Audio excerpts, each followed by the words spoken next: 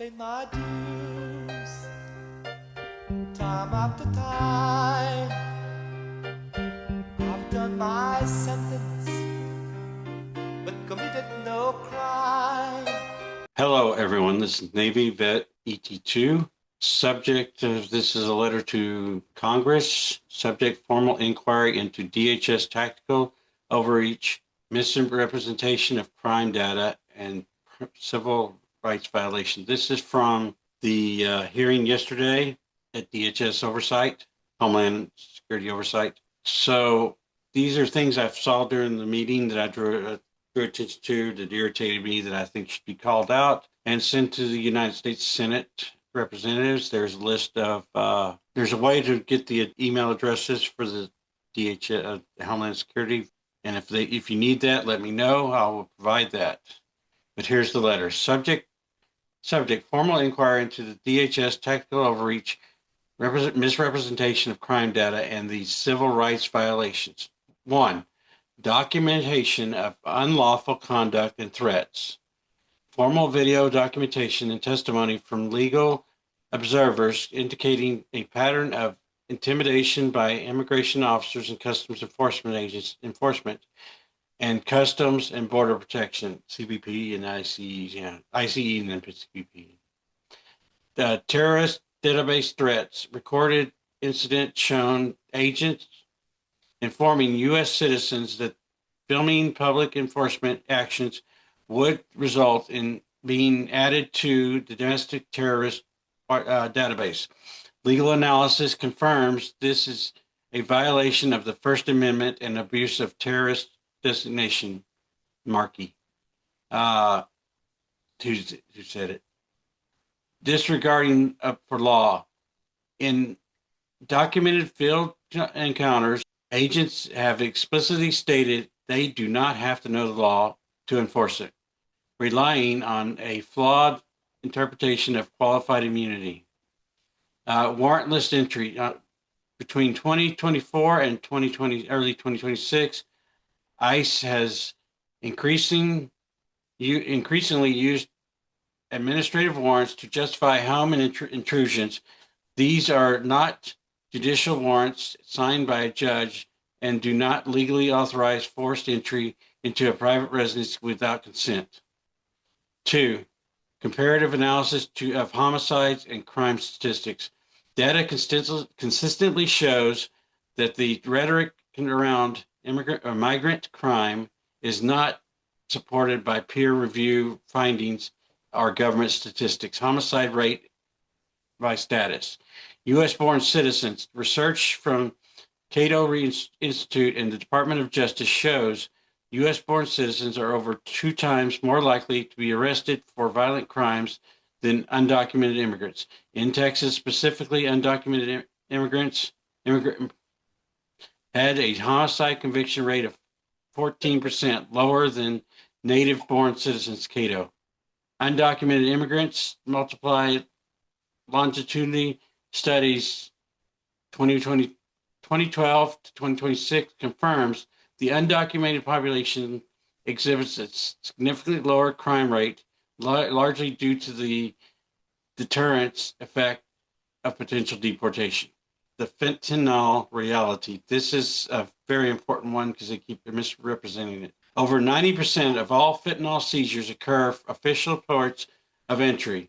Furthermore, roughly 86% of the convicted fentanyl traffickers are United States citizens, not undocumented immigrants. That's very important. 86% convicted fentanyl traffickers are United States citizens and not undocumented. 3. National citizen voting statistics.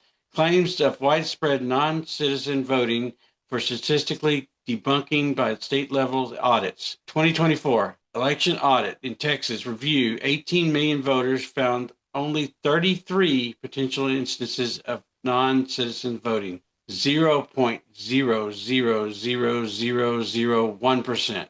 Audit, Georgia audit, an investigation into 88.2 million registered found only 20 instances of non-citizen registration, none of which impacted the election's outcome. Bipartisan Policy Center. Historical data, the Heritage Foundation's own database, frequently cited by popular proponents of stricter voting laws, lists only 24 instances of non-citizen voting across the entire United States between 2003 and 2023. That's 20 years, and they only have 24 instances in their records. 4, the accountability and discipline. The lack of transparency regarding agents' misconduct remains a primary concern for the public. Misconduct and firing of GAO reports highlight the over 50% of misconduct investigations within DHS lacked proper supervisory follow-up since 2014. While tens of thousands of complaints were filed, only a small fraction resulted in termination. Common reason for discipline include misuse of authority, unauthorized use of force, domestic violence, GAO bookings. GAO and bookings is the reference. Gotaways. These are the people that they register, and I'll give a little. And border crossings. While gotaways remain a metric for border security, total encounters is in nearly 2026 have stabilized. The focus on military-style barriers was partially curtailed by the Supreme Court, which ruled the United States v. Texas 2024, the federal agents have the authority to remove stated installed water barriers, razor wire buoys, if they impede federal duties. Keep 50-50. They were told to remove them, but federal duties, yeah. And right now, I don't think they're going to. Statistics breakdown. U.S. citizens detained by ICE, 33,000 plus annually. American Immigration Council, that's the source. ICE deaths in custody, 32. That's the Guardian and ICE records for sources. Deportation, non-criminal, approximately 70% of the total. That's TRAC reports. Fentanyl seizure at ports of entry, 90%. CBP and GAO.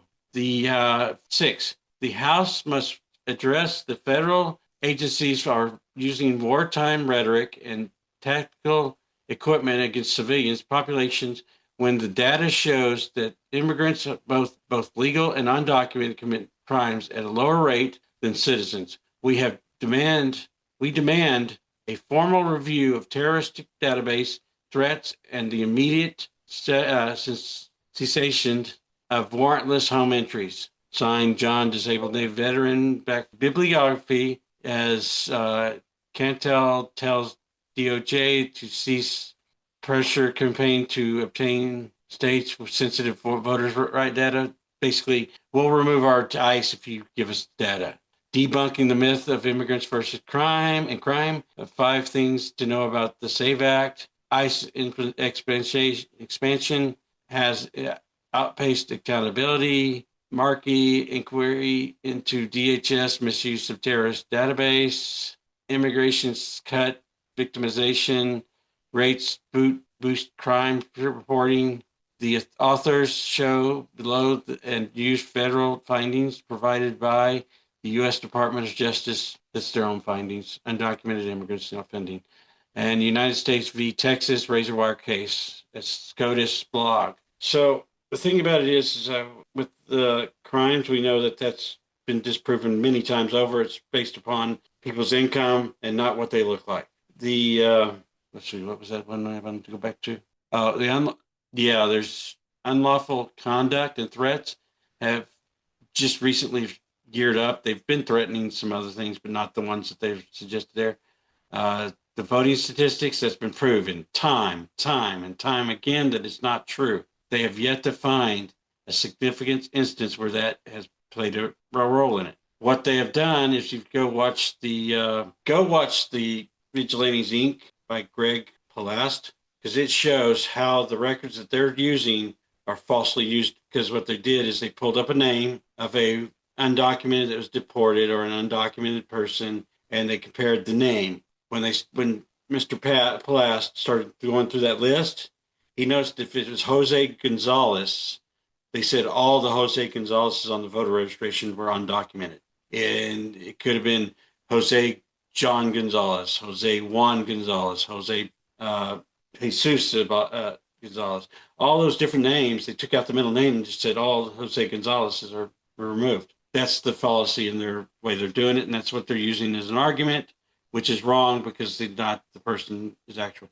Because that's what they're finding is a lot of these people are they're challenging are basically first and last name, not middle name, and not even same area.